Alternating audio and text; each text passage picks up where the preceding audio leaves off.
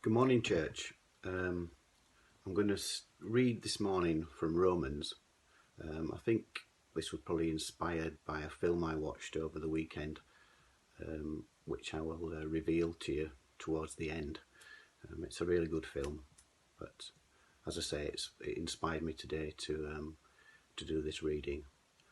So I'm going to start reading from Romans 12, verses 9. Let love be without hypocrisy. Abhor what is evil, cling to what is good.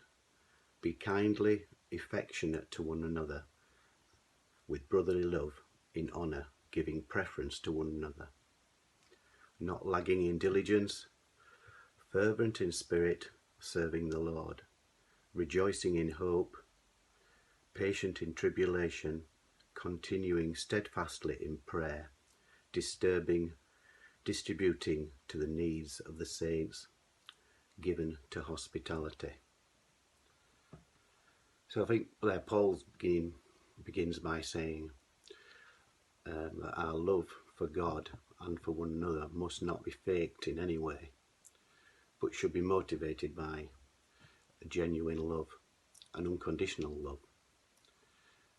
We should recognise what is evil and bad for us. So we should then, because when we do recognise it, we should just get rid of it. We should throw it out, and we should cling to what is good, what we know is good. Hold on to it with all our might. We should put others first, serve the Lord at all times and in all circumstances, and pray steadfastly. I know for me, that's one of the things that I probably do fail on, in particular, praying steadfastly. And note to self, we must do more of it. And we should look out for the needs of others and give generously.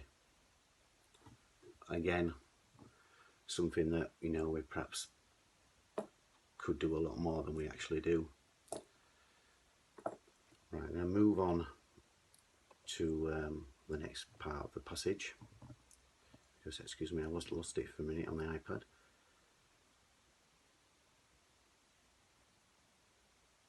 So reading now from 14. Bless those who persecute you. Bless and do not curse. Rejoice with those who rejoice, and weep with those who weep. Be of the same mind towards one another. Do not set your mind on high things, but associate with the humble. Do not be wise in your own opinion. Repay no one evil for evil. Have regard for good things in the sight of all men. If it is possible, as much as depends on you, live peaceably with all men. Beloved, do not avenge yourselves, but rather give place to wrath. For it is written, vengeance is mine, I will repay, says the Lord.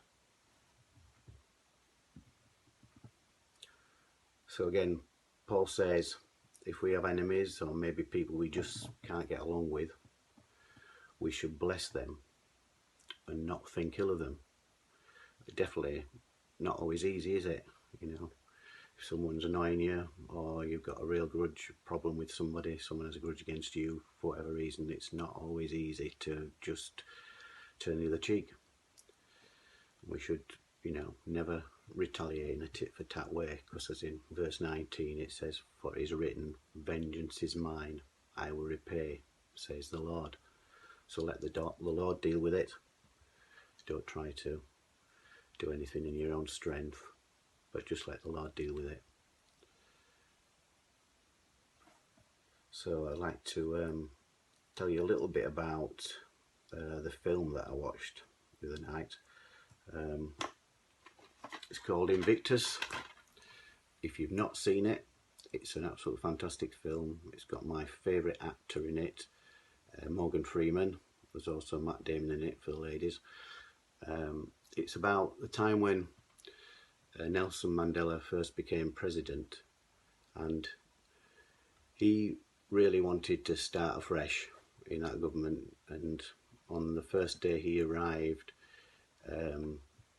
at the office, where the Parliament office, he encountered many people packing and leaving, and so he called all the staff into his office and told them that he didn't want them to leave and that he wanted to start again. He didn't want any recriminations, he didn't want any blame, and so a lot of them were very surprised and relieved and reassured by this.